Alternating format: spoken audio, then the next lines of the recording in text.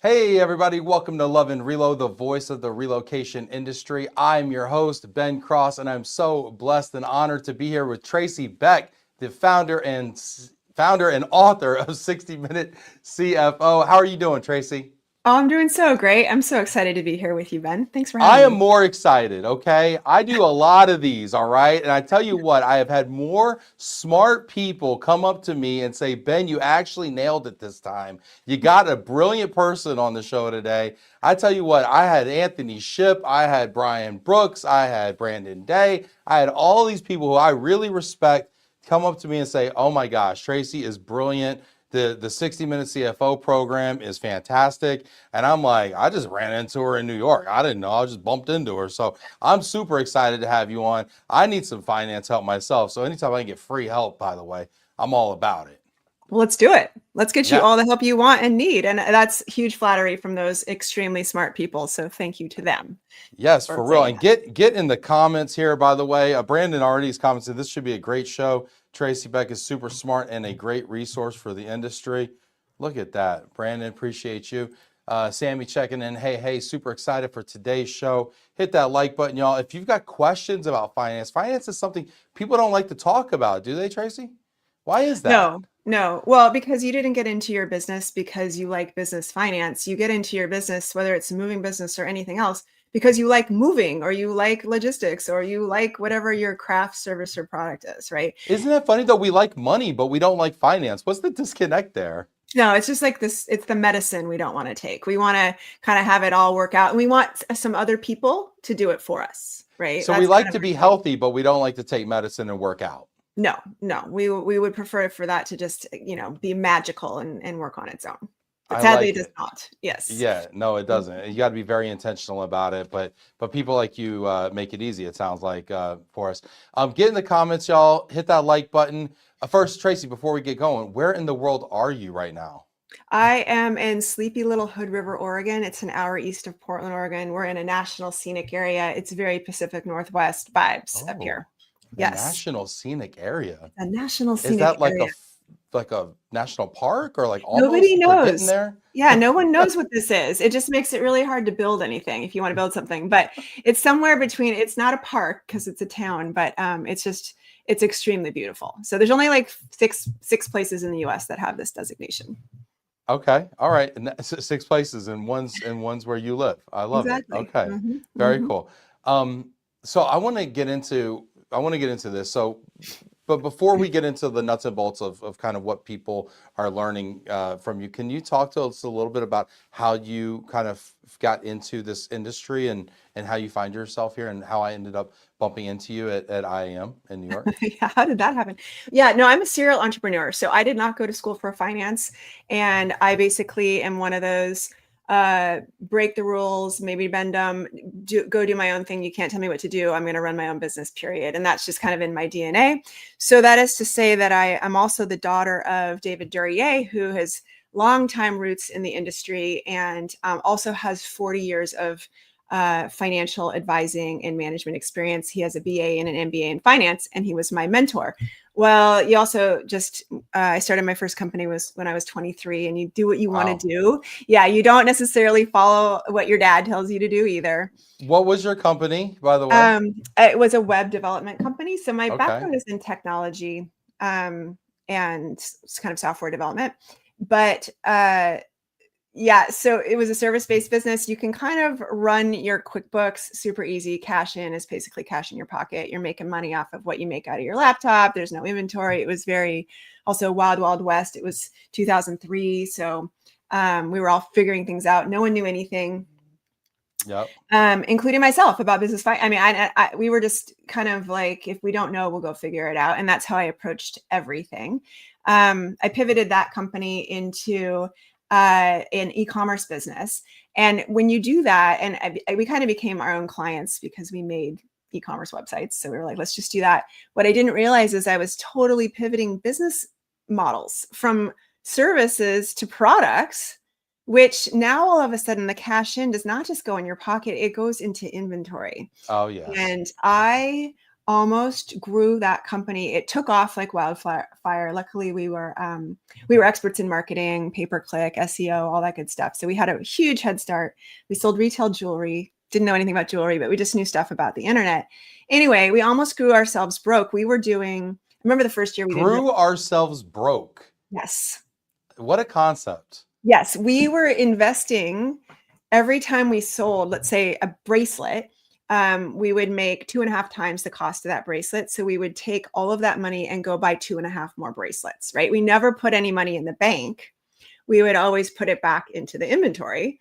And what would happen is that inventory, if we're going to talk finance for just a second, the thing I didn't know, realize, or care was that the inventory sits on the balance sheet and doesn't actually come out of your income statement. So what will happen is all that revenue we were making, we were showing really great margins, like 20 to 30% net margin, like net dollars.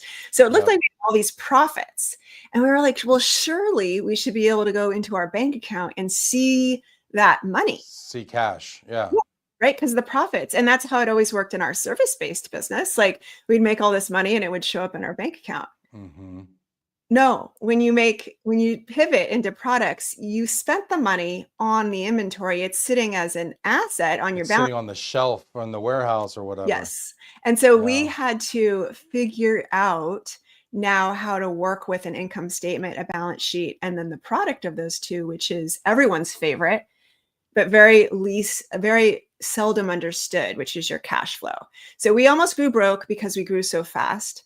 So we slowed our growth down and actually stopped investing at that same rate back into inventory so that we would have a little bit of money left in the bank, some cash, so we could pay ourselves and, actually eat after doing all this hard work and risk of being in business.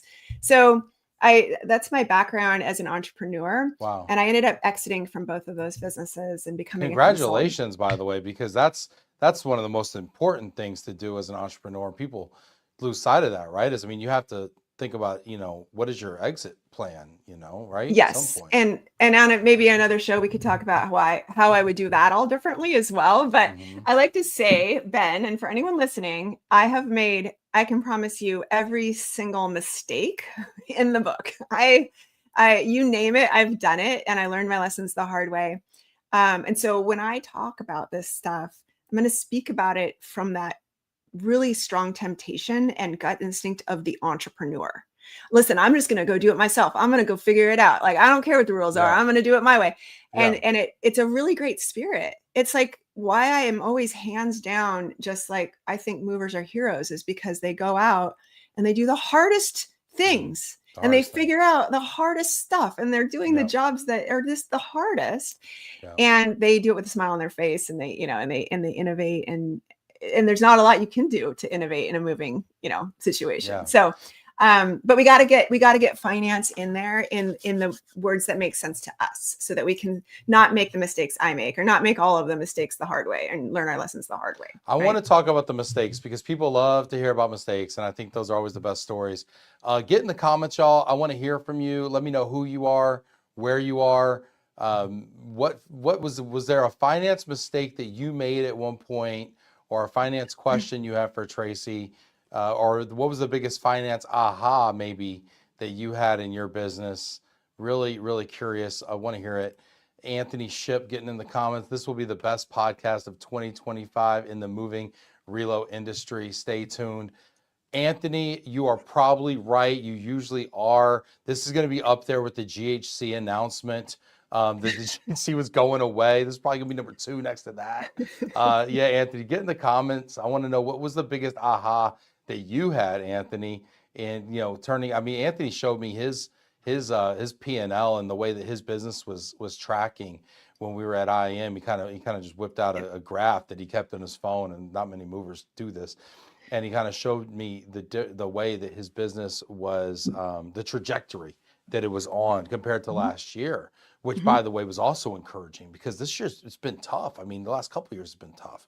And so he's found ways, and I won't get into anything proprietary, but he's found ways to continue to increase his business, even though there's capacity constraints and things that constrain the business. So Really interesting. Let's talk about Anthony for a minute, because I think, without giving away anything proprietary that Anthony is doing, but one of the very first things is just looking at your numbers, right? Because we are working in our businesses on a day-to-day basis, and we are literally sometimes putting out fires, right? Like there are trucks running into overpasses. There are, things that are just disasters. And we Yep. very rarely take the time to sit back and actually look at the business and work on the business. But that is the very first step, is to creating time to look at them. And so what Anthony has done, and he's been doing this for years, and so he's evolved this process into this incredible dashboard. But the first step is looking at the numbers. The second step is learning what they mean and creating a story attached to the numbers.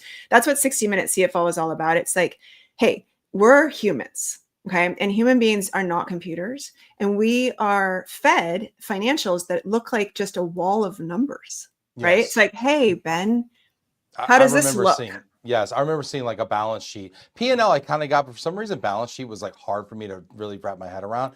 And it's just a wall of numbers, and your eyes start to cross, and you're just like, I don't even want to know. And it's because we're looking at raw numbers, right? It's like saying the difference between miles per gallon for your car. So we understand what miles per gallon is, right? Like if I'm like, I get 32 miles per gallon, you're like, that's pretty good. I get 22 miles per gallon. And all of a sudden, you and I instantly know the fuel economy compared to our two cars. And I don't even have to say, but mine's a truck and yours is a Prius or whatever. We don't even get into that. We can initially go, objectively speaking, one car is more efficient than the other. If I just told you my car can go this many miles, what does that mean to you? My car can go 300 miles, Ben. How many miles can your car go? You're like, I don't know. My car can also go 300 miles. Okay. It doesn't tell us a story until we add the gallons. Oh, yes, miles you need per the gallon. ratio is what you're saying, right? Yeah. And we learn by creating relationships. We are human beings who like to know the relationship of things. We want to know, how am I related to you, Ben? How are you related to me? How are you related to your clients? How are these two numbers related to each other? And then we can make meaning of that. Oh, that's fuel efficiency, miles per gallon. I get it now, right? Yes. On your balance sheet, you can look at all your debt. You can look at all your equity. It doesn't make nobody cares until I tell you that the ratio, the relationship between your debt and your equity is actually how safe your company is and how likely you are to get a loan. Now I can say, hey, Ben, what's your debt to equity ratio? And you're like, oh, it's 10. And I'm like, oh, well, you got to be under 3 in order to get a loan. And you're like, oh, I might have too much debt. In order to buy these trucks, in order to buy that warehouse, in order to buy that other moving company across the street, which now kind of tells me another story, right? Yeah, that's really interesting. I love that you're talking about ratios, because I remember, the smartest mover I ever worked for told me there was about 3 or 4 ratios that he ran his business on. Yeah. And one was a labor ratio. I think one was a warehouse ratio. There was like 2 others. Probably why I don't run a moving company. What I love about that is 3 or 4. He didn't say 30 or 40. Yes. That's the other thing. As human beings, we thrive on simplicity. Like we don't take in tons and tons and tons of data and do stuff with it. If we give ourselves 40, that's analysis paralysis. Oh, okay. Now I forget what we're even working on, right? Yeah. Let's bring it back to the 3 or 4. Too many important numbers. Yeah, get in the comments, y'all. I want to hear from you. Janet Turner, I know you ran a business for a long time. What was your biggest financial aha running a business, or financial lesson learned, or thing, maybe advice that you would impart to people? I'd love to hear from your experience. So great to see you. Jillian, we got you in the comments here. What's up? Good to see you, Jillian. She's heard amazing things about you, Tracy. nice to meet all y'all. Yes. Yeah. Hey, get in the comments, y'all. I want to hear from you. We got questions coming in. David says, I'd like to hear what the most important KPI are for a company in the moving industry. Okay, so I will tell you the answer to that. Of course, 60-Minute CFO, we teach 14 key ratios. Okay, so there's just to paint the picture here, between 4 and 40, I'm talking about 14, so a little more than 2 handfuls. But if I had to pick one for the moving industry, if we don't have any others that we can look at all, the one we have to wake up and that we have to hit every single day on every single job I'm writing this is, down. write this down, I'm writing it down. is your gross profit margin. Gross And profit margin. How do we define that gross profit margin? the gross profit margin is your first level of profitability. And there are 3 levels of profitability. But the gross profit margin is the one that we have left over. It's the money we have left over. So you take in the price of the job, which is your revenue, and you have to pay the direct expenses that go along with it, right? So you have to deploy the labor, your direct labor, movers, packers, drivers, right? They go out, they do the job. You have to deploy the trucks. You have vehicle operating expenses. You have packing materials. You have tape. You have dollies. You have those things that load fuel that go into the direct cost of doing that job. And we literally cannot do that job without spending that money, right? We wouldn't be able to get the work done. Okay. So that is when we subtract those expenses, the money we have left over is our gross profit. Okay? Do you put sales commission into that number? No, Okay. we would not. Okay. So, or at least I do not. Now, if we want to get into the weeds, we can argue where does this belong. But if you're of the mindset that has to go in there, then that's fine. You can put that in there, but just do it every single time. Okay. We have to be consistent. Okay. Then what's left over is that gross profit. Like that's the money now that we have left over that we can run the rest of our company with. Okay. And what is that gross profit percentage? What do we want that to be at for a moving company? For a moving company, it's going to vary based on your revenue mix and if you are in a van line or if you're not in a van line, because you're going to be paying out a little bit of that in terms of, working with the van line. Or whatever. Yep. But it could be, and then not all revenue is created equal, right? Like some revenue line items are going to be more profitable than others because like we know that commercial moving typically has higher margins than household goods, right? Storage is going to have a way higher margin than household goods. So we have to kind of know what our revenue mix is. But on a job by job basis, let's just say we're doing a local household goods move. Local household goods moves. Yes. Yeah. Exactly what I was thinking. And let's say you are not necessarily aligned with a van line. And if you are, you would need to tweak this according to how your van line operates. Well, and actually, to be honest with you, van lines don't take royalties on the local stuff. On the local, yeah. So let's just, So, but now if you were aligned with a franchise, they would. If you were like part of a 2-minute truck or a college hunks or whatever like that, they would take a royalty. So, so good distinction. But yes. But yeah, you're independent. Yeah, let's assume an independent mover doing a local household goods move. I want you at 50% or higher.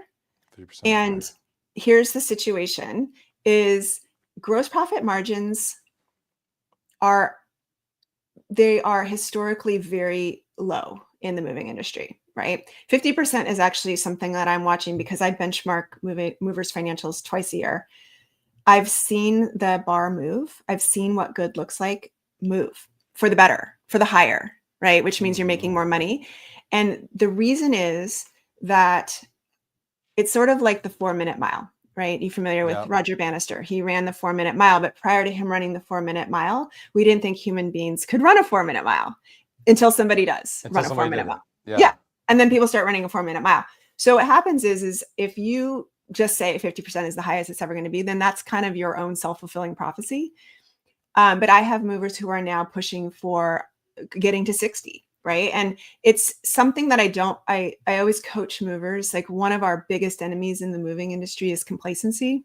And that thinking that what got me here is going to get me there and being slow to adopt technology. I think everybody can agree that movers have not historically been known for being on the leading edge of technology. Yeah, that's probably fair. That's probably fair, right? Like I've walked into plenty of moving companies and seen a typewriter that's getting used on a regular basis and some carbon copy paper. I saw one on each floor. And have you seen the green screen within the last 5 years? The green screen? Green screen, like with it's a black screen, but the green font, like DOS. kind of Oh, that. yeah. Yes. I thought you meant Yes, like yeah. filming. No, no, Yeah, no, yeah. no, no, not a no, no, you're too far advanced for me here, Tracy. No, no, no, no, that's Right. funny. Yeah, no. Anyway, so the point being, I want you to know the bar in order to raise the bar. I want you to know your gross profit margin. I want you to know it cold, and I want your salespeople to know it, and I want your operations people to know it, because it's too easy to think $200 here or there off the cost of the move isn't going to hurt anything. Right. Except for when we see that as a percentage of revenue, that's actually a really real percentage, depending on the size of that job.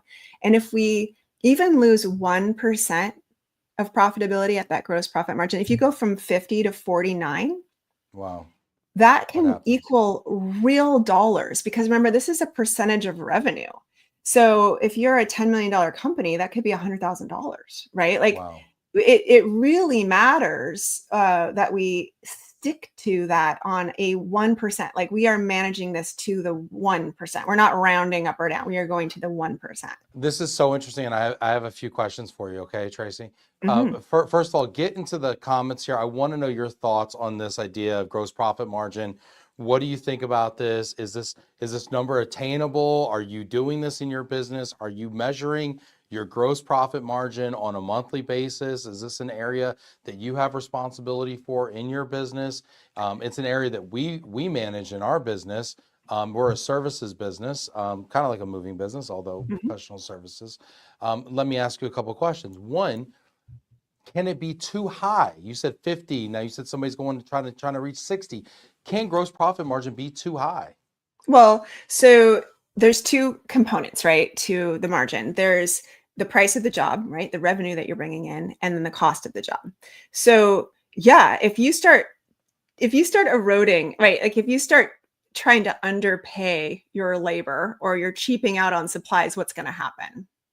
Your It's not quality score is going to sustainable. go down. Claims are going to go Yeah. up. Quality is going Mhm. to go down, right? So that's probably not our best strategy. The other component that we could use to raise the gross profit margin would be to raise our prices.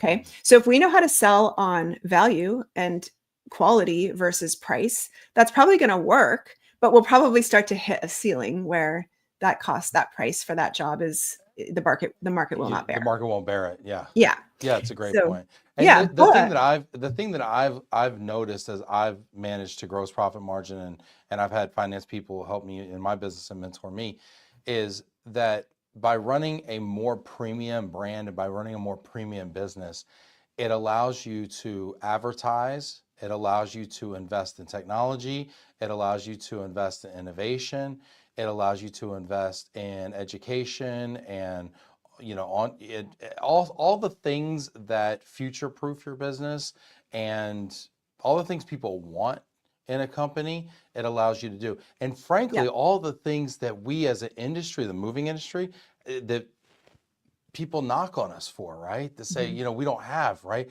And it's because, to your point, I think we've allowed this to erode for so long. It does happen. And also, we have to remember that our industry is fairly volatile and that we don't have a lot of control over the leading indicators, right? So Talk when about that. we When you say leading indicators, what do you mean? well, for example, one leading indicator that we all use to determine whether 2026 is going to be an up or down year are interest rates, right? Mm, So the likelihood of people buying or selling a home and moving. And I don't personally, and I doubt you do, have very much control over interest rates, right? I And wouldn't then admit it if I was the one doing it. I'll be if honest you with you right do, now. Ben, let's chat. Yes. And also, we can't go make Mrs. Jones move. We just cannot make people move. So we have seasonality at play big time, right? Because people don't move necessarily at the same rate all year round either. So to your point, if we are running at like break even and barely profitable, what happens when revenue drops? What happens when the industry takes a downturn? We actually are in our industry, net profits, which are the last net profits are after you take out all the costs of operating your company and then any other expenses. We have to have those in order to retain a working capital within our companies to withstand downturns and cycles of, people moving and not moving as much, mobility increase, mobility decrease. So it's very important for us to, it's a razor thin margin industry to begin with.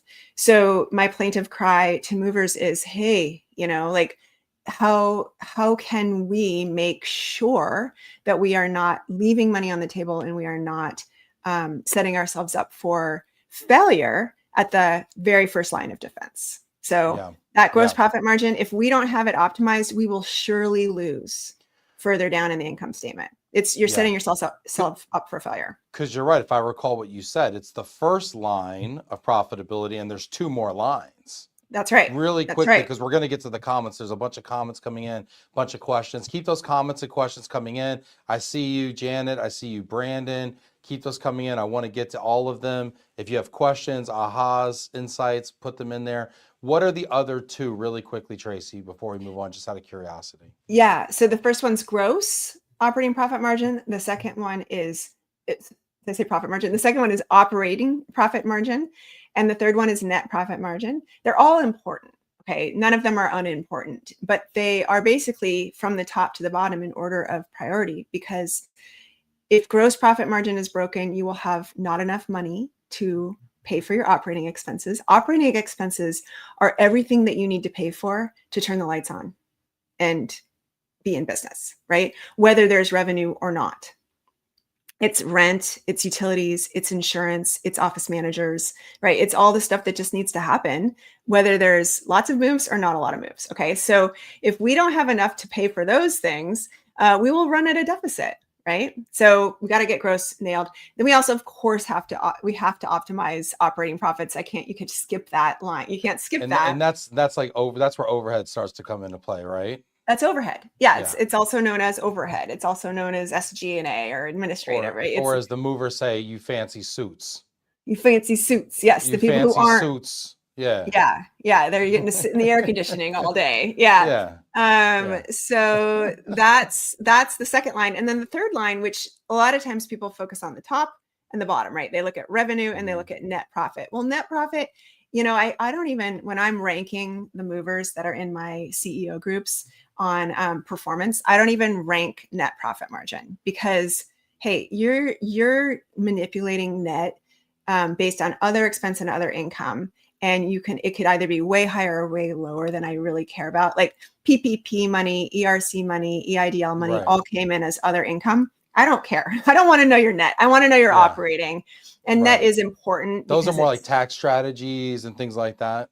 Exactly. It's so manipulatable. You start can paying make yourself for the warehouse and you start taking money out of one pocket, putting it in the other. Okay. All right. Let's skip ahead. Because we got people in the comments here that are asking some really good questions. She said, oh boy.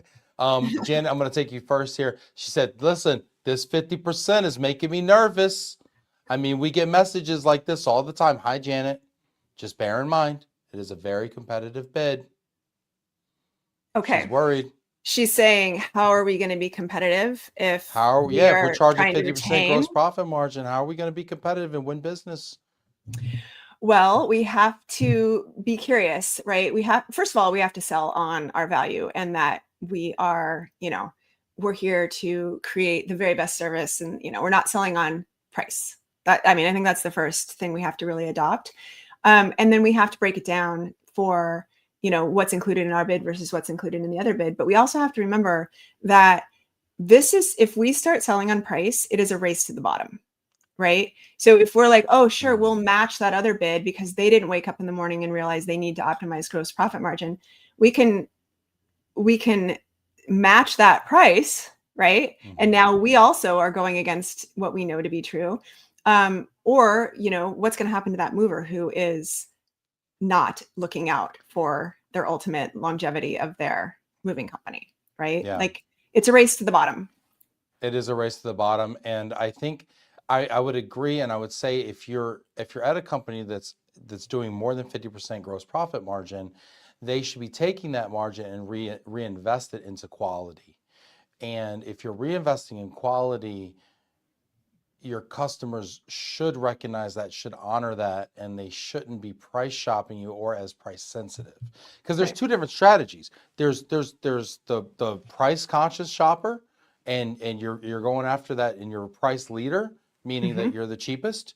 And then there's that quality conscious shopper, which is more of your corporate customer, right? And your high end, and your the people that want it, within a certain amount of time frame, and all sorts of things like that. The quality conscious one, and they're willing to pay more for it. The problem becomes when you charge the most and your quality is not the best. Well, And that that's when you is, get pinched. that is, also, we have to remember that we can be really savvy, right? Like if we really think through our strategy, and let's go back to the local household goods example, we have to be vigilant. Like we have to do things that add margin, right? Like we have got to add margin on all of the things that are higher margin. We have to add crating. We have to have high value protection services. We have to add packing. We have to add storage. Like we have got to be selling properly so that that mix comes together, and we are not just selling a bare bones move, but we've added everything onto it that it brings the value up, the quality up, but our margin can come up with it. Yep. We got Anthony's killing in here.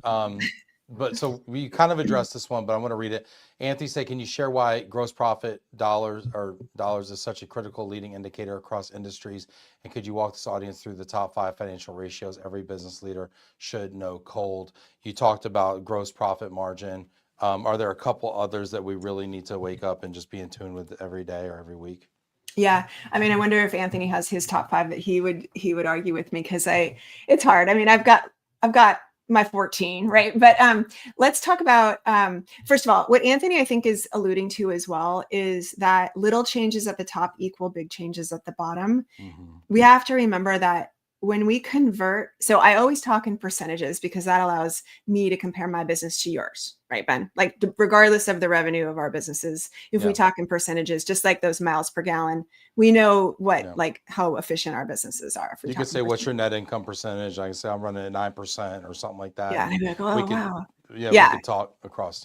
Yeah. Whether you're 10 million and I'm 1 million, but if you're 10 million and I'm 1 million, we're going to convert that 10% back to a number of dollars, right?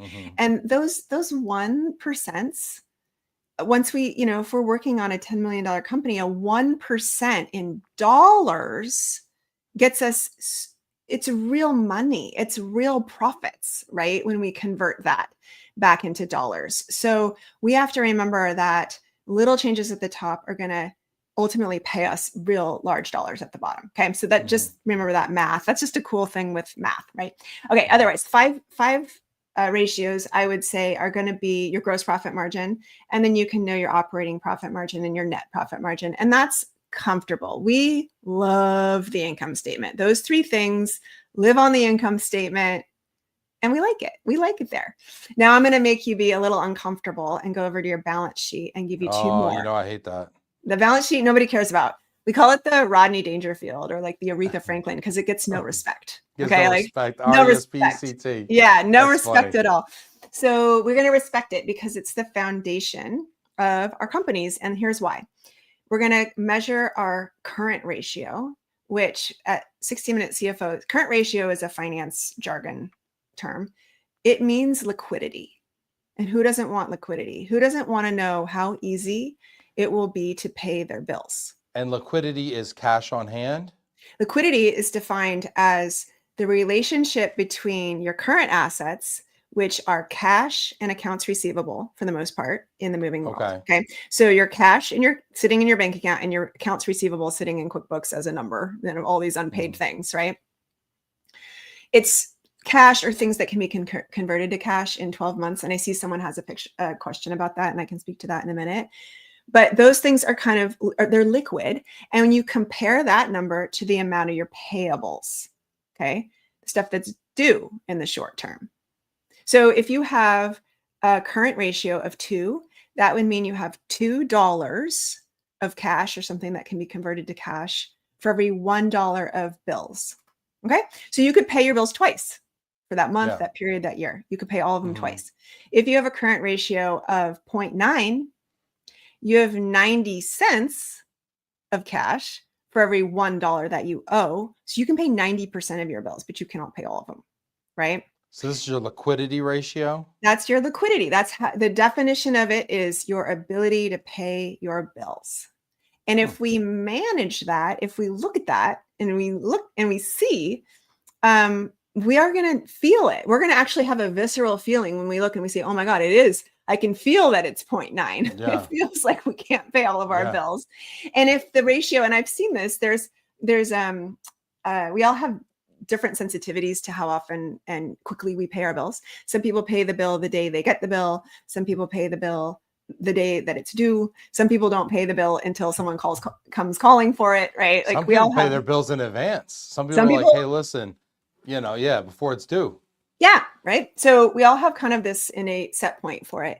And there's those people are the people who pay the bills on the day they are due probably love having liquidity. They probably stockpile cash and they, really thrive on having that lots of liquidity so they can do that.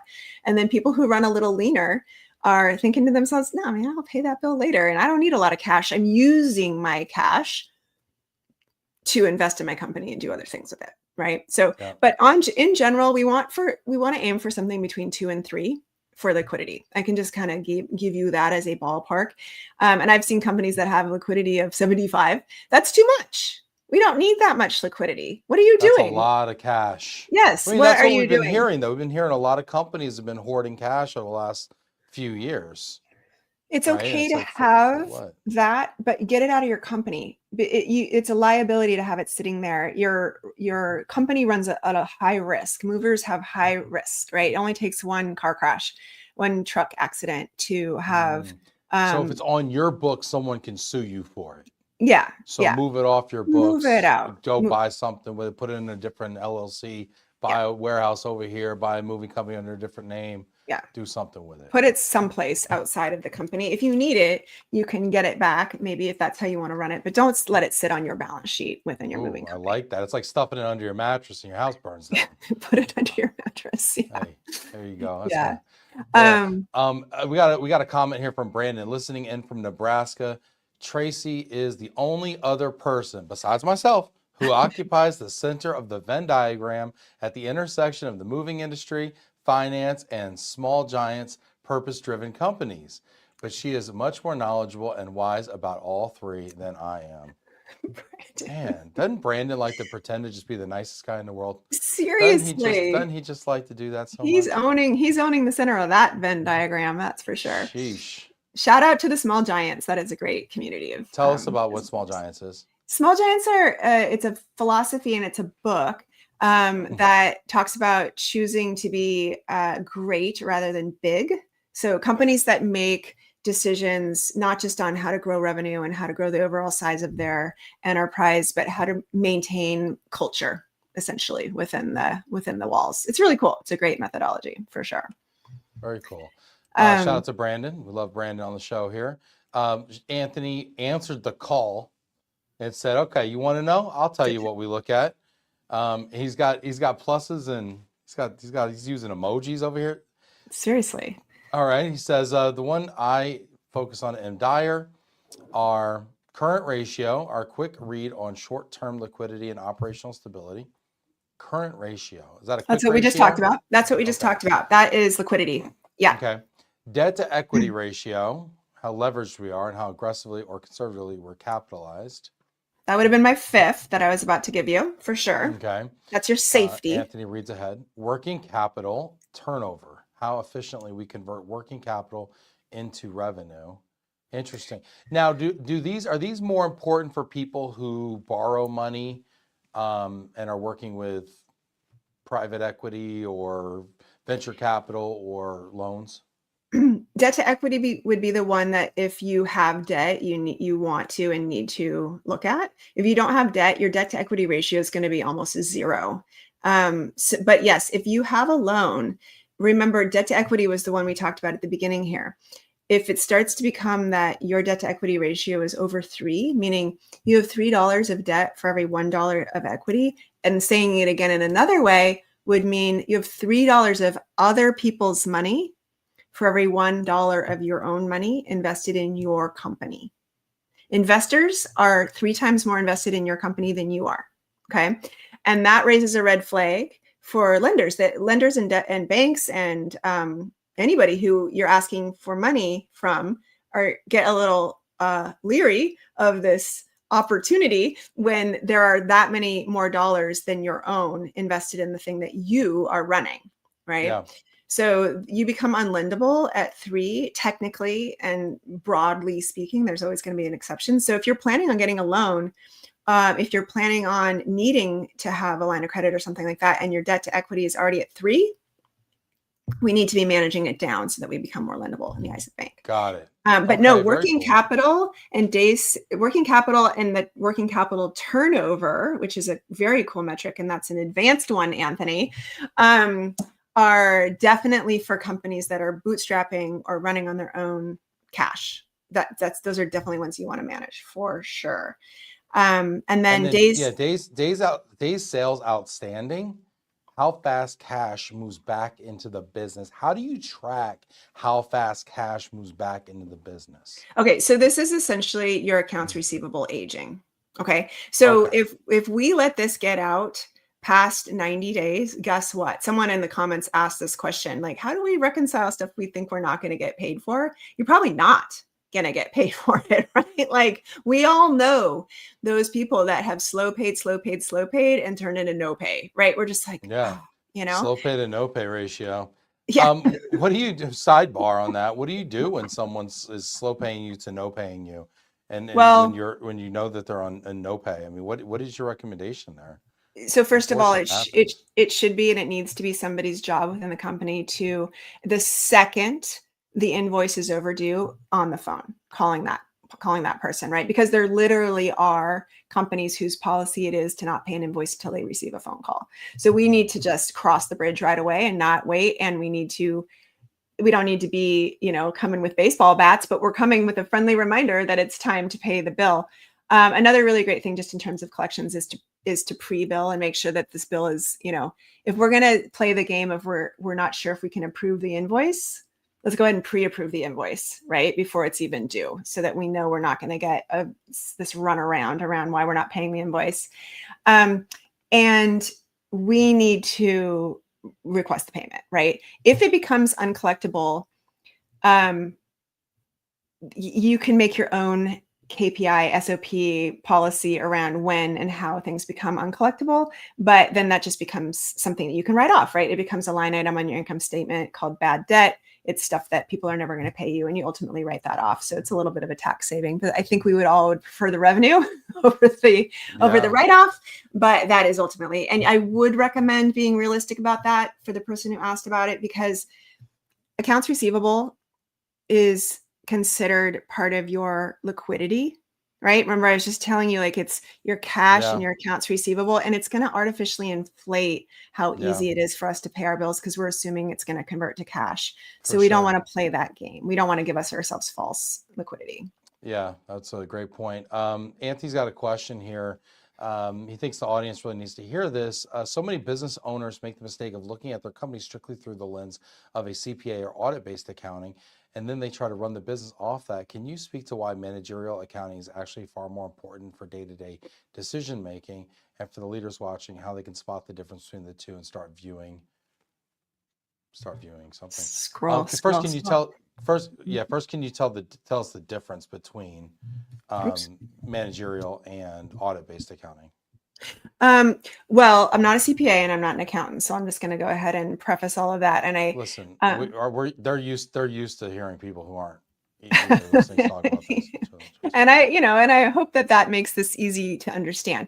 But if we're only getting our income statement and our balance sheet on an infrequent basis from our CPA, we are not getting any of the analysis that goes with it, right? They are strictly doing it by the book for dotting the I's and crossing the T's so that they can stamp it, sign it, and send it to the IRS.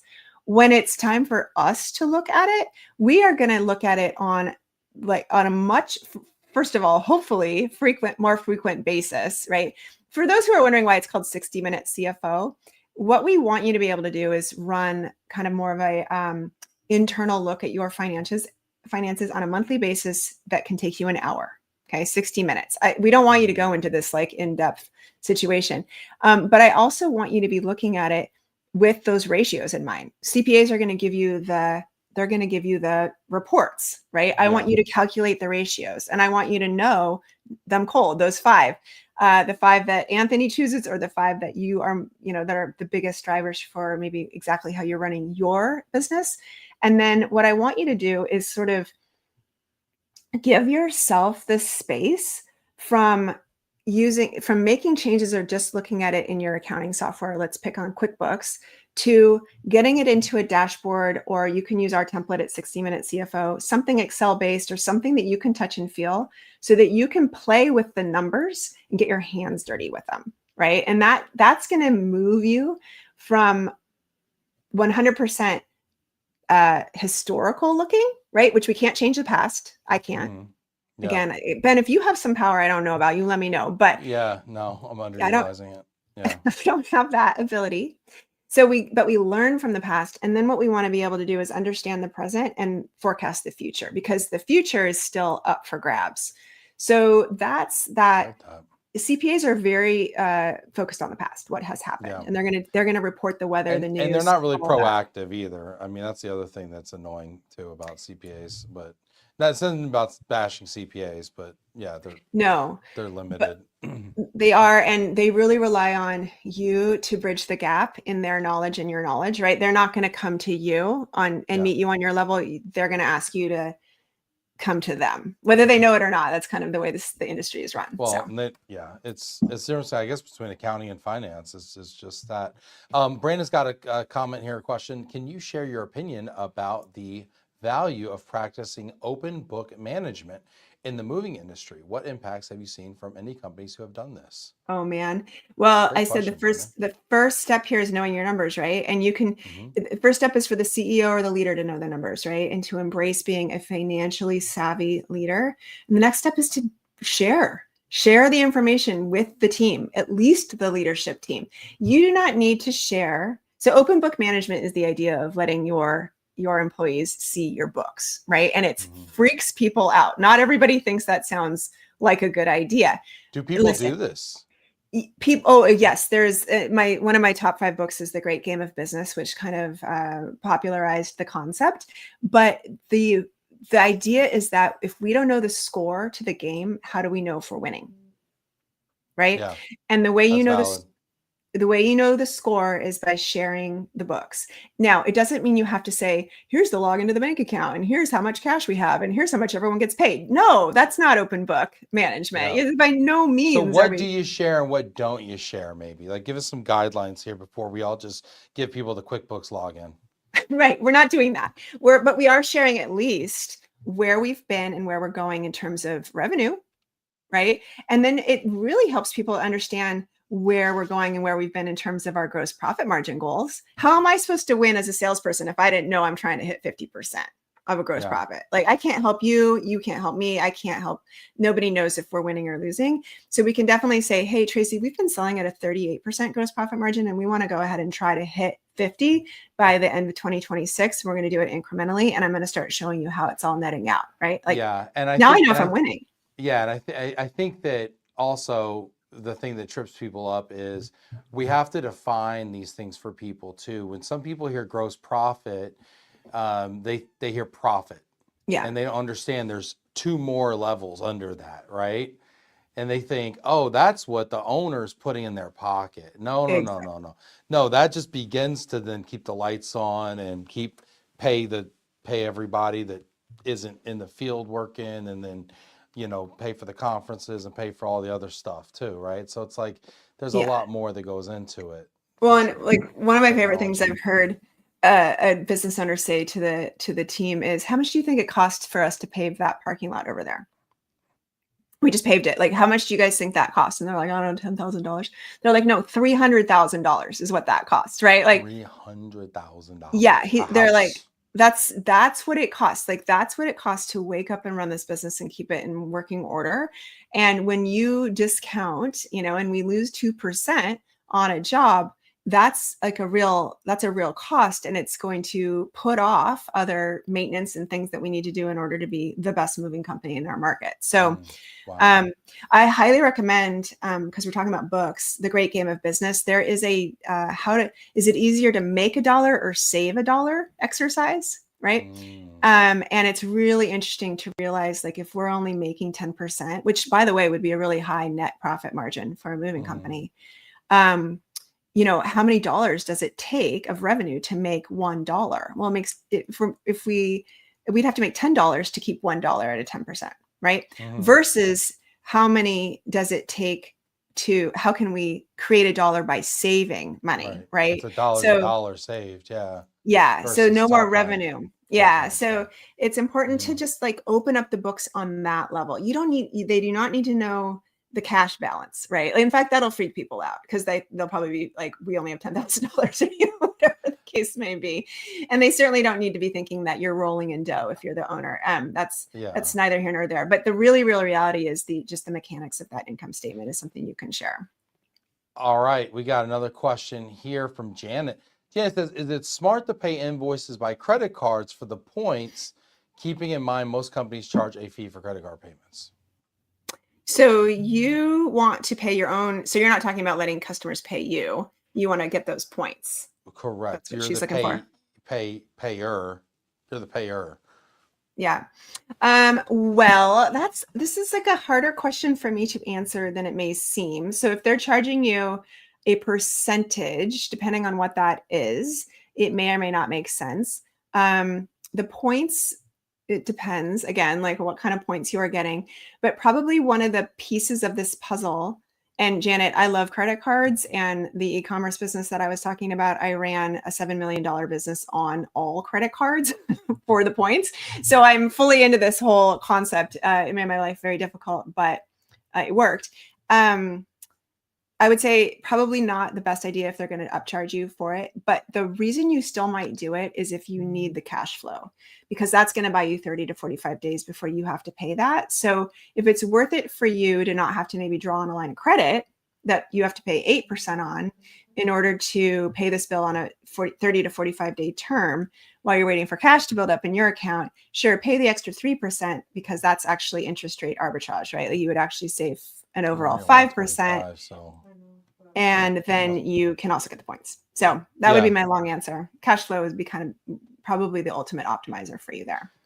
So it's really more about the cash flow than the points. I would say so. Yeah. I mean, the points are a nice bonus. I wouldn't necessarily make your overall decisions based on them, especially if it comes with a fee. Got it. All right. Let's see here. We got one more comment, and then we're going to hear your 5 books that you recommend, and then we're going to play overrated, underrated. Anthony says, to build on Brandon Day's point, I can speak for M. Dyer. Our entire management team has full visibility into our financial dashboards. Interesting. You said management team, Anthony. It's interesting. Where do you kind of cut that off? How do you delineate that?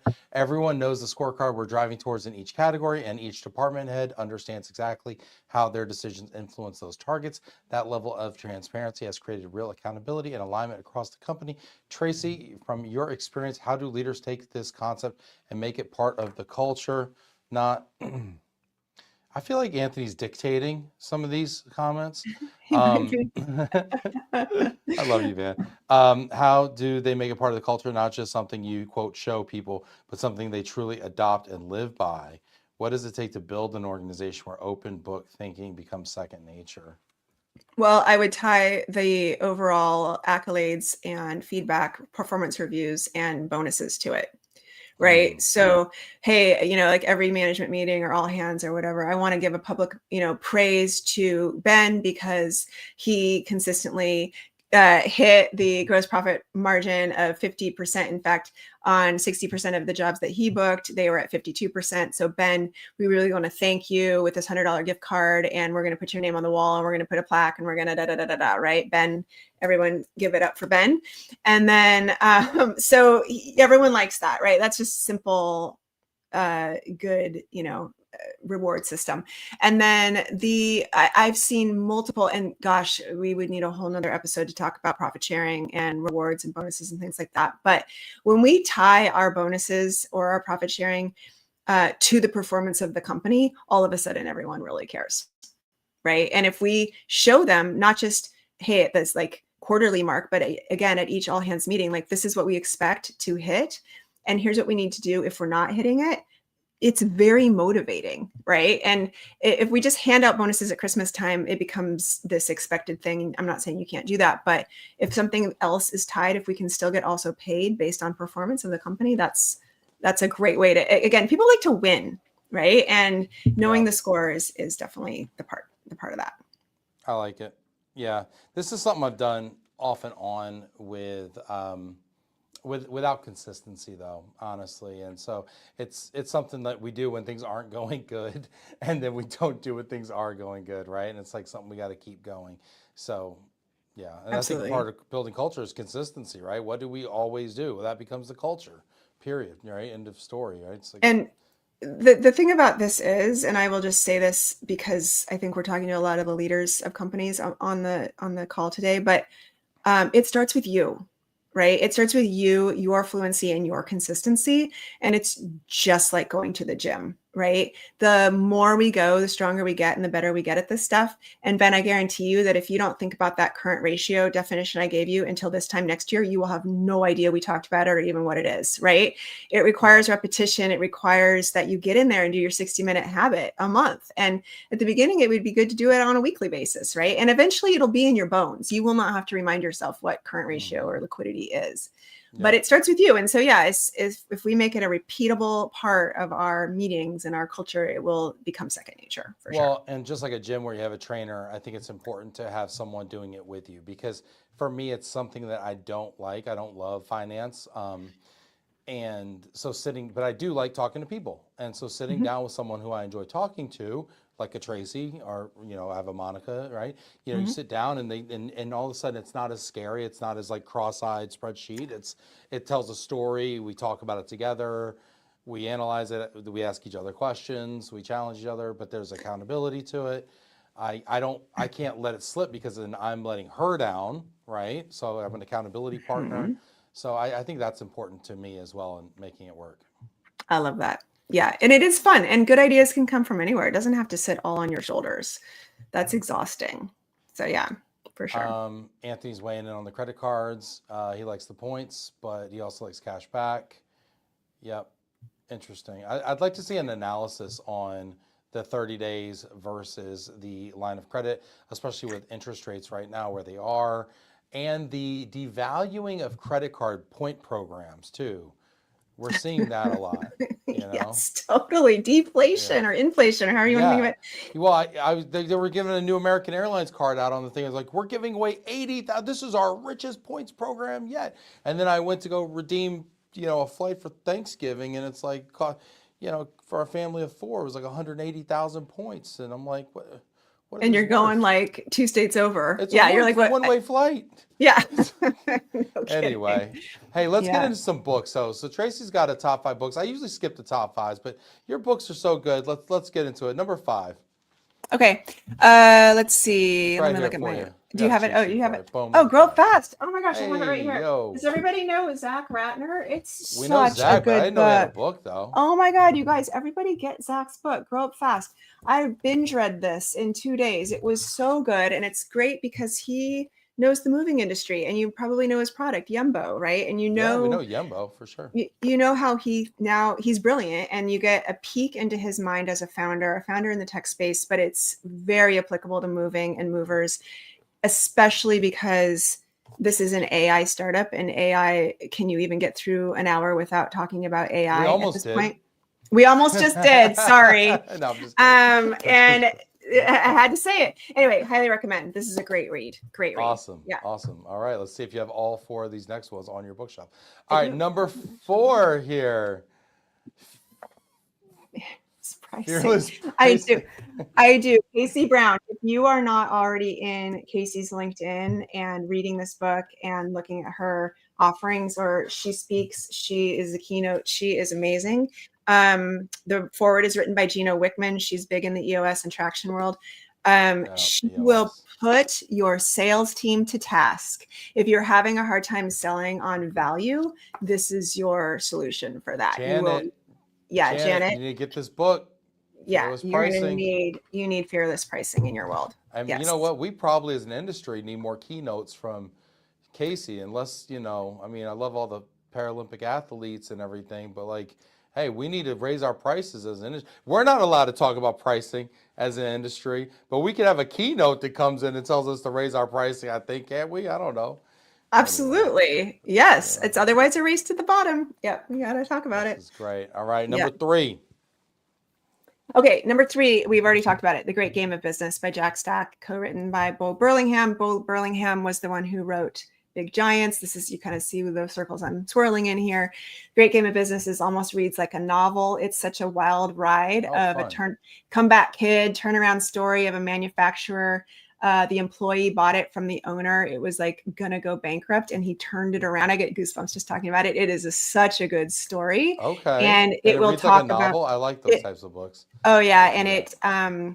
and it will walk you through the concept of open book business. Like it All will right. definitely inspire you to do that. You know, I was always a nonfiction, business, self-improvement, whatever type of book person for like forever. And then recently I got back into fiction, thrillers, mysteries, whodunit type books or whatever, just to kind of like escape from the pressures of running a company or whatever, beach read kind of stuff. And I'm like, you know what? I think it might be time to get serious again. Get back into like, you Do know, both. Do yeah, maybe I'll both. do both, right? Yeah, you can have Uh, two going at the same time. all right, great game of business. I'm writing it down. I got notes here. All right, number 2. Traction. Come on, I'm sure you guys have all read it, but if you haven't This is read it EOS recently, Traction. yes, Traction is basically the what's it called, the gateway drug into EOS. If you read Traction, you will definitely want to at least start adopting some of the concepts around having an entrepreneurial operating system within your company, or some operating system. It doesn't have to be Traction, or excuse me, EOS. It can be, but just something, right? Because it's hard to know what you're supposed to do next without some sort of a playbook. So I love Traction, and I steal a lot of concepts from it all the time. So yes, highly recommend. Look at Anthony over here. Look at Anthony guest producing the show, just putting comments and links to everything in here. Thank Anthony, you, hey, Anthony. if this whole running a moving company in Hawaii thing doesn't work out for you, and you want a part-time gig co-producing a podcast, let us know. Number 1. Oh, and Anthony's going to resonate with this and you heard us geek out about it at IAM in New York together. But 4-Hour Workweek changed my life. It's by Tim Ferriss. I'm sure you guys have heard his podcast or read other of his books, 4-Hour this, 4-Hour that. It's super outdated at this point, but it still holds the right ideas as far as running an efficient company and getting out of the way, doing things smarter, not harder, working more quality hours than quantity hours, right? So it definitely is it's a mindset change. And I think the moving industry is getting there. We've got a lot of people using VAs and shared resources and looking for ways to automate and outsource things. So if you haven't read it, it's a good one. It's definitely still pertinent. All righty, let's do it. I love this book list. You know what? We're bringing the top 5 back. All right, let's get into it. We're going to play a little game. You want to play a game with me, Tracy? Let's do it. All right, we're going to play a game called Overrated, Underrated. Do you know how to play the game? Well, are we just going to name out the things we think are overrated and underrated? I'm going to do the explaining here, okay? Okay. I'm going to give you a topic. I'm going to give you a topic, all right? And you are going to tell me if it is either overrated or underrated, all right? Okay. Do I get any points? And are there any prizes for this game? Then I will tell you if you are correct. Oh, okay. All right. And you know what? Just because we're feeling fun, y'all can play along at home. Tell Tracy if she's right. There will be scoring. Yes, there will. It is highly subjective. I am the judge, jury, and executioner. It's my show. Thanks for playing. Let's get into it. Overrated, underrated. First one up, VAs. Oh God, I don't want to offend my friends who are so into this, but I think they're teetering on overrated. You are correct. They're overrated. They are overrated. I just threw that in right now. Shout out to Samara for putting that in there. I thought she was gonna tuck it in 3 or something. She went right. She just boom right on the front title slide. I feel Yeah, like I might VA's have just made overrated. some enemies. I might have made an enemy or two, but I Whatever. They're not. You know what? They weren't really your friends. I'll tell you. okay. I'll give you high school advice. They weren't really your friends. They don't like that. No, they are overrated. Everybody, oh, get a VA. It'll solve everything. Yeah, Right. right. Right. I've had VAs, and I had one in India. I had one in the Philippines. We've had. They're all right. They're not I like the mean, silver listen, bullet. they're great, but maybe verging on overrated. And also, what can we automate? I would way rather automate this than and then delegate it if I can do that. And I think we need to be careful with that at this stage of the game for technology Okay. purposes. All right. 1 point. Wow. Coming out hot. I like it. All right. Next one up. Overrated, underrated, radical honesty. Underrated, Ooh. Okay. You opened the door with this one. don't you think? Underrated. All right. You know what? I dig it. I dig it. You're right. It is underrated. Why For is it sure. underrated?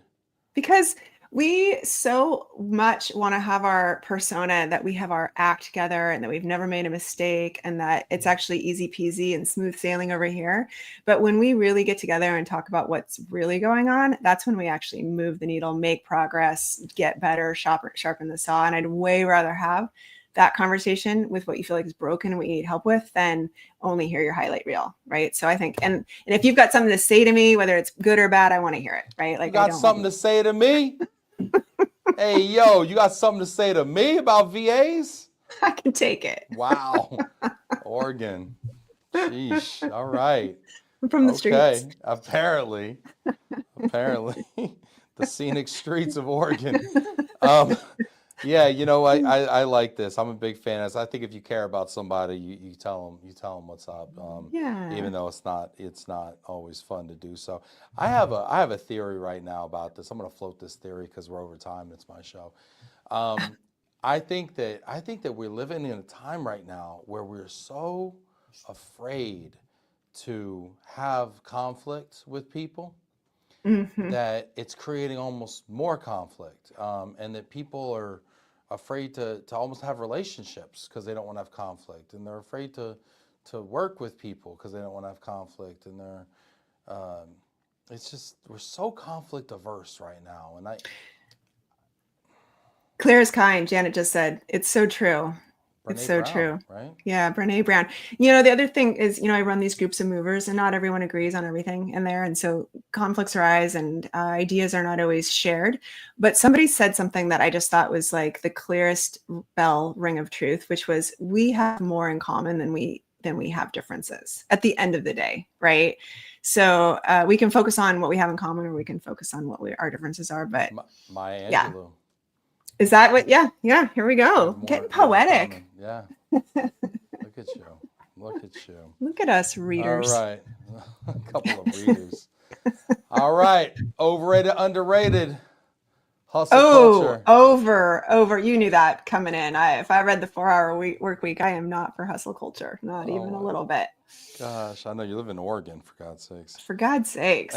Yeah. Just put me out in the forest with the trees. No hustle culture for me, please. Never, at no point in your life were you hustling and grinding back in Yeah. 2003 where you were back in coding 2003 and drinking Mountain Dew and sleeping on the floor, and I don't know what people did. Oh, yeah, no, listen, it was expensive. It was expensive in terms of my health. Like I was the least healthy I've ever been in 2003 when I started that company. And then again in that 2009 to 2015 where I was growing that e-commerce business, like, hockey stick growth.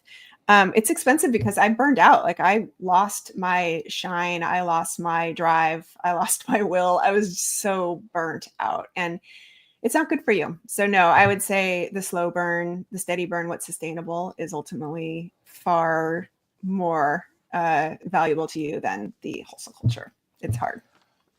I hear you, but I think that the rejection of hustle culture has gone too far, and now like people don't want to work at all. Like people are like, I see people like with no life talking about work-life balance, and I'm like, what are you running home to? Like I don't understand. Like you gotta like work. Like you gotta work, or else you'll have nothing to live for.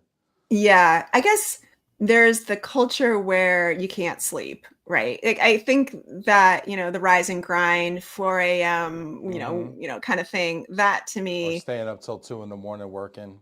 yeah, like that to me is just Okay, purely unsustainable. But sure. no, man, I want your values to be aligned with progress, and Mm-hmm. making stuff happen and moving the needle. Like when we meet, our CEO groups, the movers groups, I like to think of it as like the ongoing pursuit of excellence. There is a drive, there is a desire to be better today than we were tomorrow.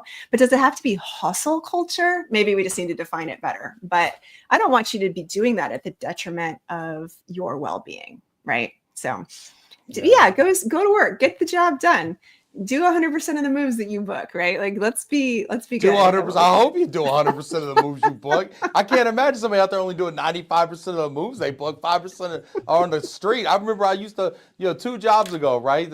I walk in. I walk in at 7:30 in the morning in June, right? And I'm like, hey guys, how we doing? They're like, all right. Nobody wants to look me in the eye. I'm like, what? How many shipments we got on the street this morning? They're like, I don't know, not that many. I'm like, how many's not that many? Like 3. I'm like, we got 3 jobs uncovered this morning. It's 7:30 right now, East Coast time, and we have 3 jobs uncovered right now this morning. Mhm. Yeah, I hope people are doing the jobs they're Let's do booking out here. 100%. Yeah, Yeah. let's do 100%, please, people. Just not 110 for the love, okay? Let that be For the the love. let that be the I don't tagline. know. I feel like the hustle culture is getting dogged a little too. I feel Okay, like all ain't right. nobody working till 2 in the morning anyway with AI now. AI and VAs, and nobody can even spell a whole word anymore. Come on. Oh, I think what's interesting is that oh man, I'm ranting. I'm a recovering workaholic. So I'm But that was probably 20 just years ago. I still got caught. I have a friend who just called me out and he goes, "Do you remember just like 4 months ago you told me you thought you might be addicted to cortisol?" And I was like, "Did I say that?" And he's like, "Yes, you did." And so it's Oh, actually I just have to. That's hustle culture is a drug that I am too susceptible to. So I have to like keep it at an arm's length. been So smoking that hustle. I can't smoke that I hustle. can't smoke that hustle no more. Ah, you convinced me. Can't smoke that hustle no more. Put the hustle down, Tracy. Put it down. Walk Oh my away. God. Walk away. All right, next one up. Overrated, underrated. Reality TV. Oh, I'm sorry. I might lose some friends again. I cannot stand reality TV. I say it's What's overrated. what's the worst? Well, I don't even know What's the because one I that don't watch grinds it. your gears? I don't watch it, but the format for me kills me because it is a probably some total of like 5 to 7 minutes of actual footage that took place, but they spend most of the time Oh yeah. previewing what you're about to see and reviewing what you just Oh my saw. gosh, And I'm yes. like, oh, I'm gonna go crazy if they preview Yes. or forecast one Oh more yeah, thing. and then they go like commercial, and then Yeah, they like when you come back from commercial, they have to like show you what they left off with right before commercial, and yeah, like there was like one thing that was said that was out of pocket, and then you showed it to me 10 times. yeah. It's just like, how many more Oh my times can gosh, we review or preview that thing? get a And I'm like, I think I life. just spent 30 minutes watching the same Oh 7 minute my clip over and over and gosh, over again. I somebody can't do kissed it. somebody by the fern. Oh my gosh, for the love. Get a life. Go to a bar and meet somebody. Oh my gosh. Anyway, you're right about that one. You know what? Usually I like to make a I like to make a point that, this show is reality television, but you know what? Well, No. you haven't previewed or reviewed anything. Yeah, we're all Yeah. real. We don't This is edit. We all, don't edit here. that's It's right. actual reality. Yeah, yeah. This I can get behind. Yeah, my favorite show. Let's see here. Anthony says consistency is the quiet hustle. That's That's right. Anthony smokes consistency. Gets up at 4 a.m. just smoking consistency. All He's right, I smoking love it. dashboards. Smoking dashboards out in Hawaii. I love it. Oh my gosh. Let that be we're gonna review that. We're gonna put that on the clip. Last one here. We got last one. We got one more. One more. Oh, Overrated, underrated. Dog park drama. We've all been that there. is my reality show of choice. Yes, I could watch dog park drama all day long. That is underrated. Probably one of the best shows you can find down the street. There is going to be some drama that if you take a look and you start unpacking, you probably can't beat. Is it the dogs or the humans? All of it. All of it. And then there's the humans that look just and act just like their dogs, and you can like figure it out who goes with who. There's the two dogs who like one's playing hard to get and the other one's just, uh, So after that's your it. And reality TV. That's oh your my Love God, Island right there. The it's my dog Love part. Island. I could It's the narrate dog for part. you. I could commentate a dog part drama for you if you want. That should be a show. I think that could really sell some I'm not eyeballs. a yeah. So you go to you have a dog, I imagine, I have a dog who I've sequestered away from this room. He would probably be like trying to be a part of our in the show right show. here. Yeah. Hmm. Yeah. So the dog's Yes. like, listen, you told me this was a 60-minute show, Tracy, and then you've been in there an hour and a half. Oh yeah. Yeah, I trust you on this one. I don't know much about dog park drama, but I imagine do the adults get crazy? Do they ever fight? Like, do the adults ever get into it with each other? I mean, it can be like, hey, your dog's out of line, like the holier than thou. My dog's perfect. Your dog is Yeah. a menace to this dog park. It's just funny. I don't take it that seriously. I'm not like any kind of perfect dog owner myself, but I just think it's hilarious. It's just good times. Be the kind of neighbor who brings aloha with them. It costs nothing, but it changes everything. Oh, Anthony. That's So probably much Anthony's wisdom. bumper sticker. Yeah, that's a long bumper. All right, I'll give you that one. I'm going to take your word for it. You got a perfect 5 there. Sounds great. Look at you, just running the table on them. Look at that, That's Tracy Bech. amazing. Just I couldn't feel do like it. such a winner. You are. You just nailed it. You absolutely nailed it. Hit that like button. Show Tracy some love out there. Let people know how they can get in touch with you, Tracy, and how they can maybe, I don't know, maybe buy your services or something. Yeah, come on into my world. Go to 60minutecfo.com. 60 is the number 60 minute, singular minute, CFO.com. And you will see, if you're a mover, you will want to click on membership. You might want to click on driven, or you might want to click on benchmarks. Those are the 3 things on there. And they're pretty self-explanatory, and the contact us goes right to me if you want to talk to me there, or come on over to LinkedIn. It's Tracy Bech, Bech with an H, Bech, and I'll chat with you there as well. Would love to know all of the movers in your world, Ben. They're my people. Yeah, I'd love to do something too. Maybe we could even do like another like private webinar or something like that where we talk to some of our clients. I know a lot of them would probably like to well, I know they need to talk to you. I might need to talk to you. Who knows? Let's talk. Let's talk. Let's talk, everybody. Talk about dogs, if nothing else. Yeah, for sure. All right, Tracy, it's been a real pleasure. I'll let you go get back to your pup. Thanks so much for your time. I really appreciate it. Awesome. Thank you, Ben. And thanks to everyone for all their questions and chats. That was so fun. Yeah, we wouldn't have a show without y'all. Thanks for being a part That's of it, right. everybody.